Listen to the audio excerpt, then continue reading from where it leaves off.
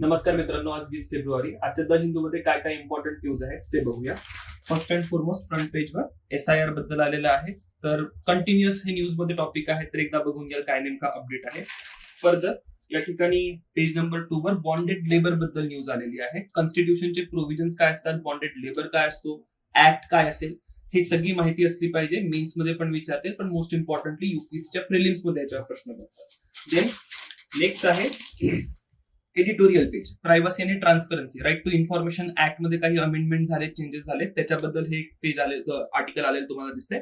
त्यानंतर तेहरान बद्दल एक जिओ पॉलिटिक्सचा इश्यू आलेला आहे. एडिटोरियल खूप चांगला आहे, नक्की वाचा. मेन्सच्या आन्सर्स मध्ये हे खूप महत्वाचं ठरेल. एक फोटो आलेला आहे, पण जी स्पीशी या ठिकाणी दाखवलेली आहे युपीएससीच्या प्रिलिम्स मध्ये एन्व्हायरमेंटच्या पर्स्पेक्टिव्हने निलगिरी तार अत्यंत महत्वाची आहे. निलगिरीच्या टेकड्यांचा या ठिकाणी संदर्भ आहे. IUCNचा स्टेटस काय असेल, वाईल्ड लाईफ प्रोटेक्शन ऍक्ट मध्ये काय शेड्यूल मध्ये हे स्पीशी आहे, सायटेसचं काय स्टेटस आहे, हे सगळं तुम्हाला माहिती असलं पाहिजे.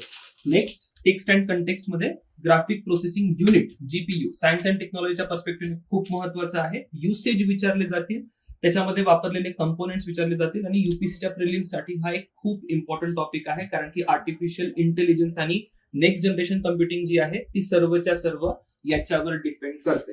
त्यानंतर लास्ट न्यूज मध्ये तुम्ही इथे बघा, इंडिया जॉईन्स इस्रायलचं जे क्रिटिसिझम होते आहे त्याच्या स्टेटमेंटमध्ये इंडियाने जॉईन केलेलं आहे. आणि काल आपण एक आयटम बघितलं होतं की इंडियाने स्टे केलं होतं जॉईन करणं, पण आज कंटिन्यू झालेलं आहे. तर याच्यावर मेनचं ओपिनियन तुमचं फ्रेंड असलं पाहिजे.